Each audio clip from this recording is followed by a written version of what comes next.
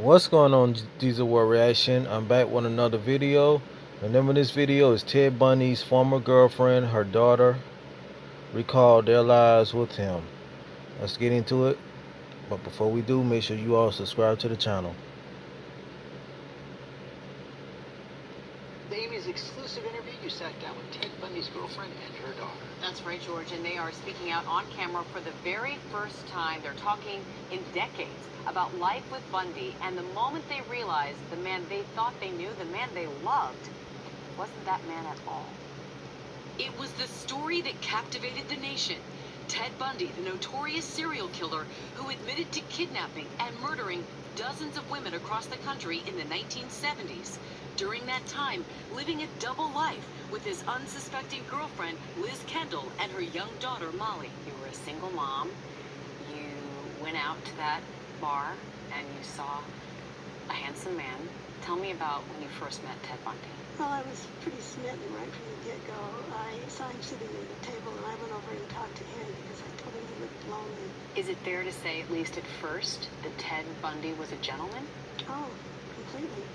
Put a lot of energy into making us happy, doing fun things. My parents loved him.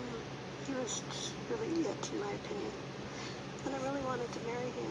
That relationship now chronicled in the new Amazon docuseries, Ted Bundy, Falling for a Killer. She was sick of the story focusing on Ted, was sick of the victims not being portrayed as fully formed human beings. Liz and Molly opening up to filmmakers for the first time about their connection to the killer, sharing never-before-seen pictures and videos. Ted started acting differently towards me.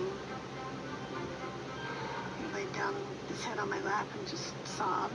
He told me that he had to tell me something that I would probably be shocked about. Kendall, who wrote about her suspicions about Bundy in the book The Phantom Prince, discussed the moment co-workers showed her a sketch of a murder suspect they thought resembled her boyfriend. It was just something about the jawline or something like that made me think, wow, this is really weird. Did you think he was capable of murder? No. I mean, I still believed he was innocent at that point. But their belief in his innocence would eventually fade. Liz remembers signs of Bundy's dark side. Looking back, obviously hindsight is 2020.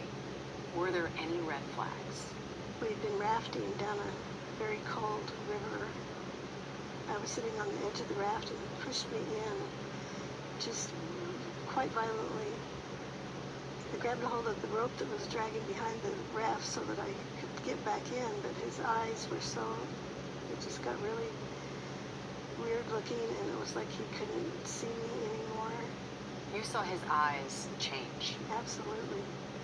The murder I think that you felt most connected to was Bundy's last murder, an abduction of a 12-year-old, Kimberly Leach, because you were 12. Yeah. I mean, it's hard to find words for how devastating it is, the loss of this girl and the things that he did to her. I know you've asked yourself this a million times. Why do you think he spared you? Whatever transpired at the beginning of his interaction with my mother put her in a different category, and I think our placement in his life kept us safe. People knew he was involved with us.